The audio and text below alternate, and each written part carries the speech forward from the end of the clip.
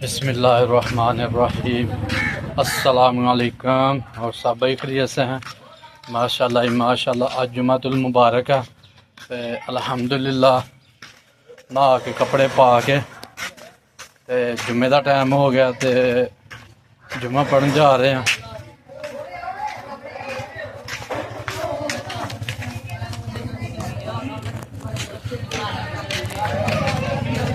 छोटे छोटे बच्चे क्यों की होया ना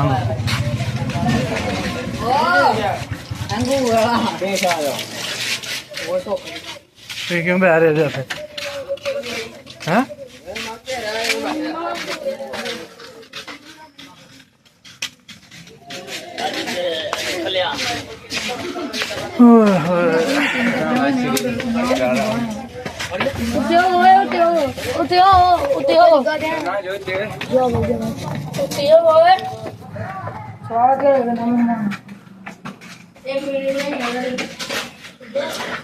माशाल्लाह मस्जिद च पुज गए हैं।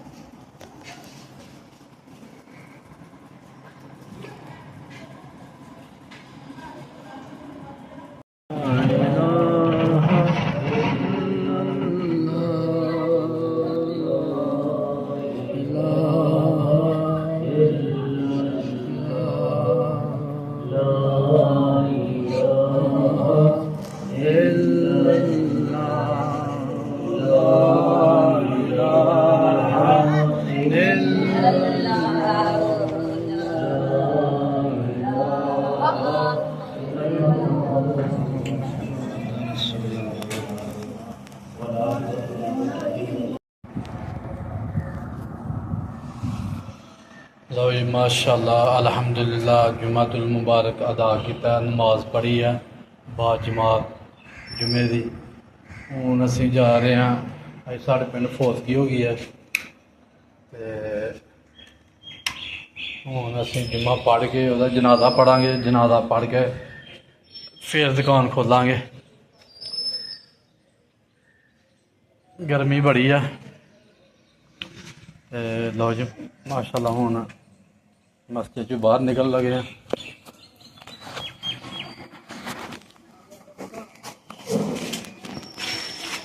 साड़ी उत्ते मस्जिद का सेन है।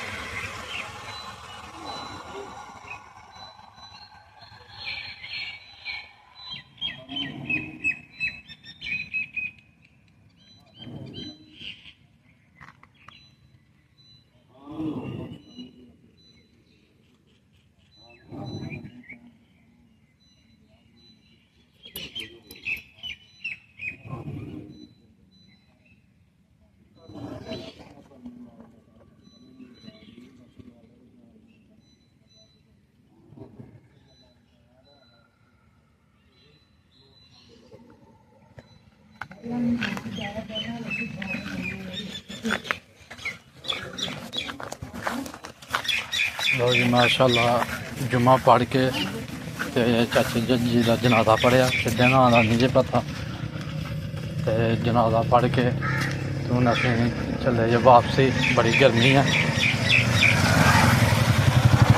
अल्लाह हाफिज़।